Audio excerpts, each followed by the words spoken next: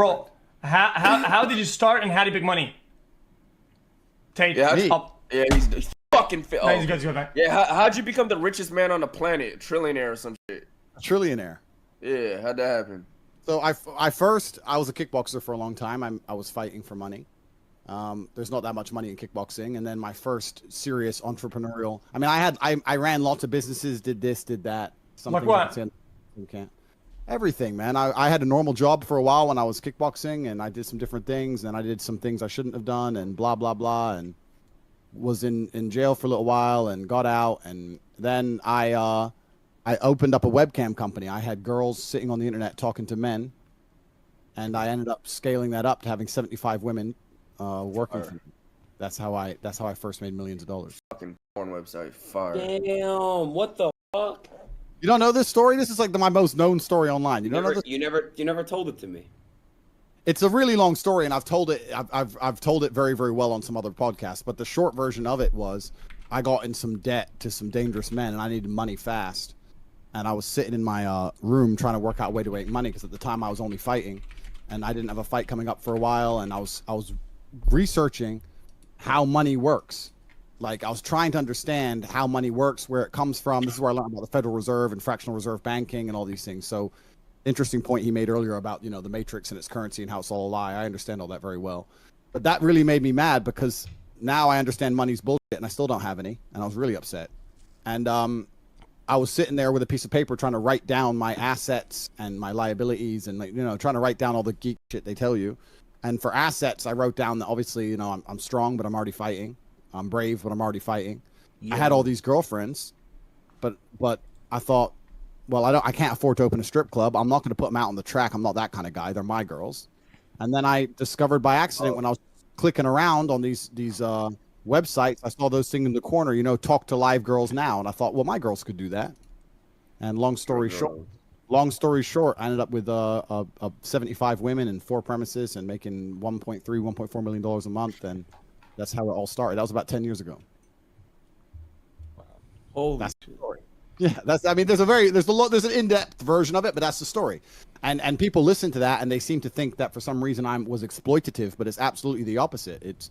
I'm a feminist, bro. I empower women to make as much money as they want to make, and I help them do it. I'm here, and as long as it's for you, right? It's for them. He's a pimp. No.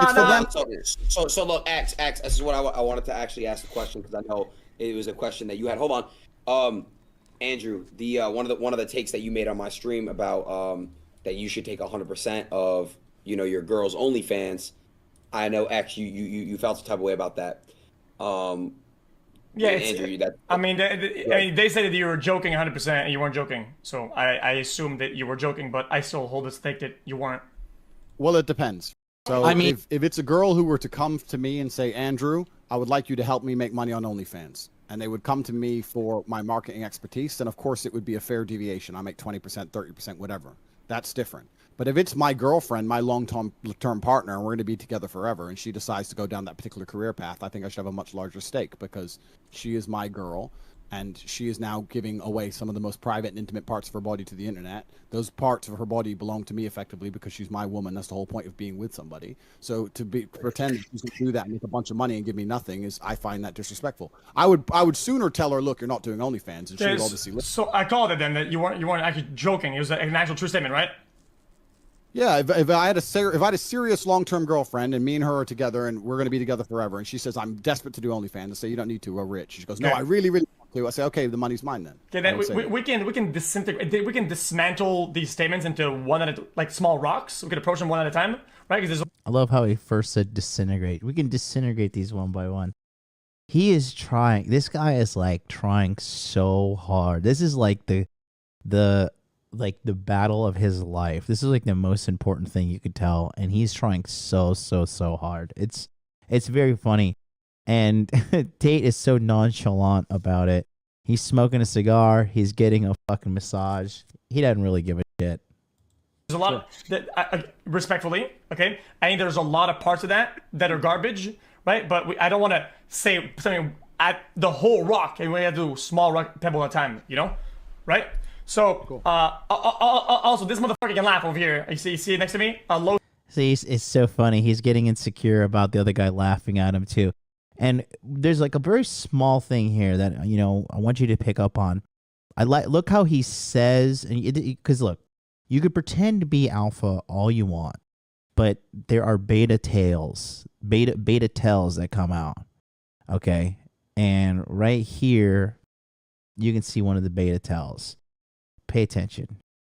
Say something at the whole rock, and we have to do small rock pebble at a time, right? So, Cool. That little thing right there, right? Just saying, right?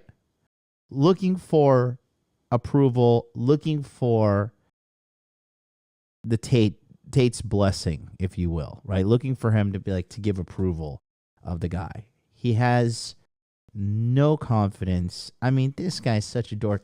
Dude, I just found out, I thought it was a lie, but this guy doesn't even have his driver's license. His girlfriend drives his Lamborghini around for him. This guy right here. He was getting so bent out of shape about female drivers and being labeled as bad versus men, and he can't even drive himself.